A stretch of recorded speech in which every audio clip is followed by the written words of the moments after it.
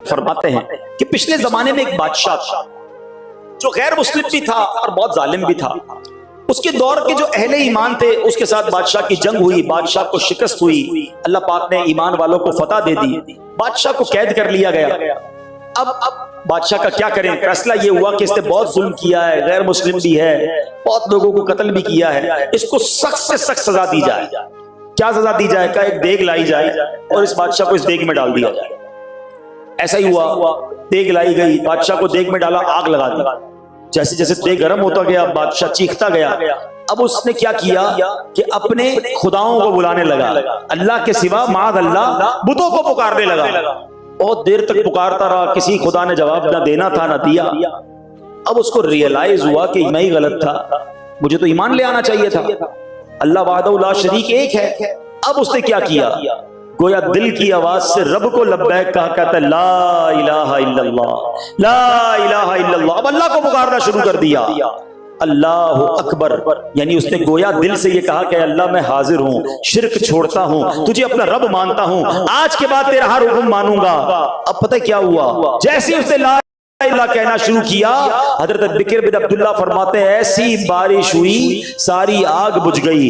अब तेज आंधी चली, ऐसी आंधी चली कि देग उड़ने लग गई। देग उड़ती है, बादशाह उसमें मौजूद है, लेकिन उसकी जबान पर ला इलाहा इल्लल्लाह, ला इलाहा इल्लल्लाह जारी है। उड़ते उड़ते वो देग किसी और बस्ती में जाकर गिरी। जैसी बस्ती में गई, वो बस्ती भी गैर मुस्लिमों की। जब मुशरिकों ने सुना कि ला इलाहा इल्लल्लाह कौन कह रहा है, वो तलवारें निकाल कर आ गए। जब बादशाह के करीब पहुंचे, हैरान हो गए, उड़ती देग में बंदा आया है, कोई पहुंचा हुआ लगता है। कि तुम्हारा माजरा क्या है? उसने कहा मैं भी मुशरिक था, मैं भी गैर मुस्लिम था, मगर जब इस आग में डाला मैंने रब को दिल से पुकारा, रब ने मुझे नजात दे दी। जब सब बस्ती वालों ने ये सुना, पूरी बस्ती कलमा पढ़कर मुसलमान हो।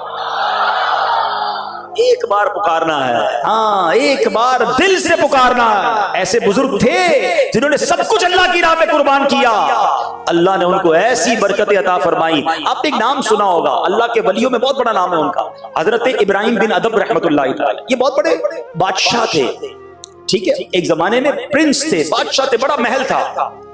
एक बार क्या हुआ, उस महल में एक शख्स अंदर आया तो लोगों ने रोका, उसके दरबारियों ने रोका कि आप कौन है, क्यों जा रहे हैं? कहा मुझे अंदर जाना। इतना रोक था कि कोई रोक नहीं सका। बादशाह हजरत इब्राहिम बिन अदम जब अपने तख्त पर बैठे थे, वो जलाल वाले चेहरे वाले बुजुर्ग आए और आकर कहा कि मुझे ये मुसाफिर खाना अच्छा नहीं लगा। अब जरा गौर से सुनिएगा, है लग्जरी महल, और वो बंदा आके कह रहा है ये मुसाफिर खाना अच्छा नहीं लगा। कि तुम्हारा आप तबीयत तो ठीक है, आप इतने बड़े महल को आप मुसाफिर खाना कह रहे हैं? तो जो शख्सियत अंदर आई थी उसने कहा ये बताओ यहाँ तुमसे पहले कौन रहता था? मेरे वालिद रहते थे। उनसे पहले मेरे दादा रहते थे। उनसे पहले मेरे परदादा रहते थे।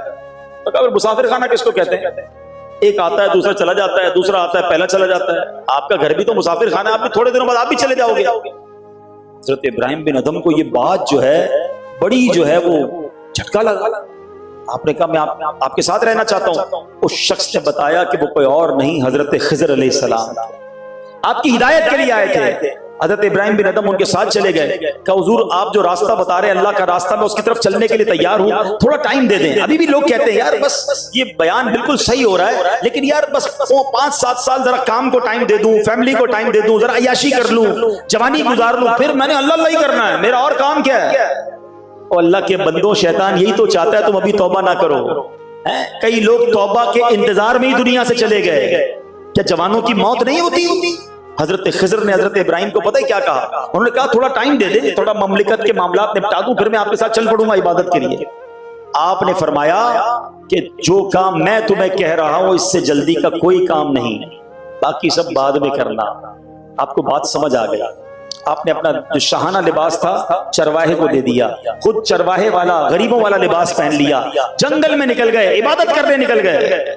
थोड़े अरसे के बाद हजरत शेख फरीदुद्दीन अत्तार रहमतुल्लाह अलैह फरमाते हैं एक दिन हजरत इब्राहिम बिन अदम दरियाए दजला के किनारे बैठे थे और अपने लिबास को खुद पैबंद लगा रहे थे। तो एक शख्स करीब से गुजरा, उसने कहा हुजूर एक वक्त था आपका ठाठ थे, बादशाहत थी, इतने गुलाम, आज आप अपनी गुडड़ी खुद ही सी रहे हैं, क्या मिला आपको ये सब छोड़कर? हाय हाय, जवाब सुनो आपका। हजरत इब्राहिम बिन अदम ने क्या किया? आपके हाथ में एक सुई थी जिससे आप गुदड़ी सीरत है, आपने सुई उठाकर पानी में डाल दी, दरिया दजला में डाल दिया और फरमाया ए मछलियों मेरी सुई निकाल कर दो। बहुत सारी मछलियां जो हैं पानी पर आई और सबके मुंह में सोने की सुई थी। हजरत ये ले लें। अब फरमाया नहीं, मुझे मेरी सुई चाहिए। फिर एक मछली आई, उसने आपकी सुई ला कर दी। आपने फरमाया बताओ वो हुकूमत अच्छी थी या ये हुकूमत अच्छी है? ए अल्लाह मैं हाजिर हूं, तेरा बंदा हूं। तूने पैदा किया, तूने रिस्क दिया, तूने हमें सेहत दी, तूने सब कुछ दिया, ईमान की दौलत तूने दी। ए अल्लाह मैं तेरा बंदा बनकर रहूंगा, मैं तेरी इताअत करूंगा, तुझे नाराज करने वाले कामों से बचूंगा। मगर आज हाल यह है मेरे प्यारे इस्लामी भाइयों, अब मैं जो जुमला कहने जा रहा हूं ना वो बड़ा सख्त है। आज हाल यह है कि आज अल्लाह को लब्बैक लोग नहीं कह रहे, ऐसा लगता है शैतान को लब्बैक कह रहे हैं। जबान से नहीं कहते, मगर सच बताओ मानते किसकी हैं? सुबह हुई, रब का हुक्म तो फजर पढ़ना था ना, तुम्हारी फजर कजा हुई, तुमने अल्लाह की बारगाह में लब्बैक कही, शैतान की पास कही लब्बैक। ज़ोहर हुई, तुम्हारी ज़ोहर कजा हुई, तुमने किसको लब्बैक कहा? रहमान को या शैतान को? तुम्हारी मगरिब कजा हो जाती है, इशा कजा हो जाती है, झूठ बोलते हो, हराम कमाते हो, हराम देखते हो। सोचो जो गुनाह करने वाला ये किसको लब्बैक कह रहा है? अफसोस ये है कि अगर पूरे दिन में हम अपने आमाल लिखे ना तो ऐसा लगता है दिन में कई कई बार शैतान को लब्बैक कह रहे हैं, अल्लाह को लब्बैक नहीं कह रहे। अल्लाह को लब्बैक कहने वाला उसकी नमाज कैसे जाती है? वो हराम कैसे कमाएगा? वो झूठ कैसे बोलेगा? वो जुल्म कैसे करेगा? वो माँ बाप को कैसे सताएगा? वो शराब कैसे पिएगा? वो जुआ कैसे खेलेगा? ना करो ऐसा। अल्लाह के हो जाओ, अल्लाह ये सारी दुनिया तुम्हारी कर देगा।